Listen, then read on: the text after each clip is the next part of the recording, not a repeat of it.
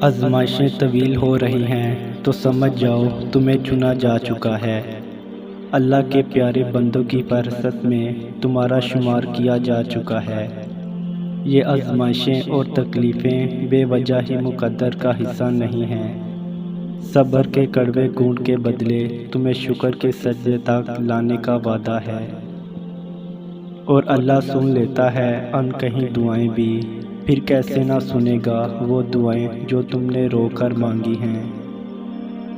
تم سوچتے ہو کہ جو مانگ رہے ہو وہ کیسے قبول ہوگا، اور وہ تمہیں خبر ہی نہیں ہونے دیتا کہ اس نے تمہیں ہی تمہاری دعاؤں کی قبولیت کا وسیلہ بنا دیا ہے۔ اگر وہ اس چیز کا خیال تمہارے ذہن سے نہیں نکال رہا جو تم چاہتے ہو، تو جان لو کہ دعا قبول ہو چکی ہے۔ یہ ذرا سی دیری تو بس ملاقات کا بہانہ ہے۔ اپنے اللہ سے جو کچھ مانگو دل کے درد سے مانگو، رو رو کر مانگو، تڑپ تڑپ کر مانگو، دن کے اجالے میں مانگو، رات کے اندھیرے میں مانگو۔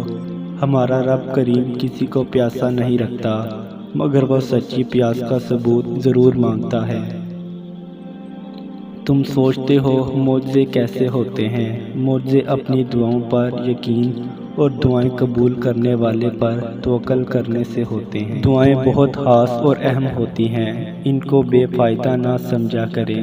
جب اللہ تعالیٰ دعائیں قبول کرتے ہیں نہ تو نصیب کا لکھا بھی بدل جاتا ہے، تو یقین سے دعا کریں اللہ تعالیٰ سے کہ وہ دعائیں ضرور قبول کرتا ہے۔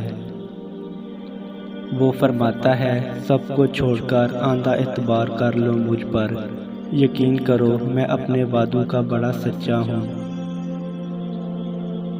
تو تم دعا کرنا کبھی مت چھوڑنا، مگر ہاں مقدر کے پیچھے بھی کبھی مت بھاگنا۔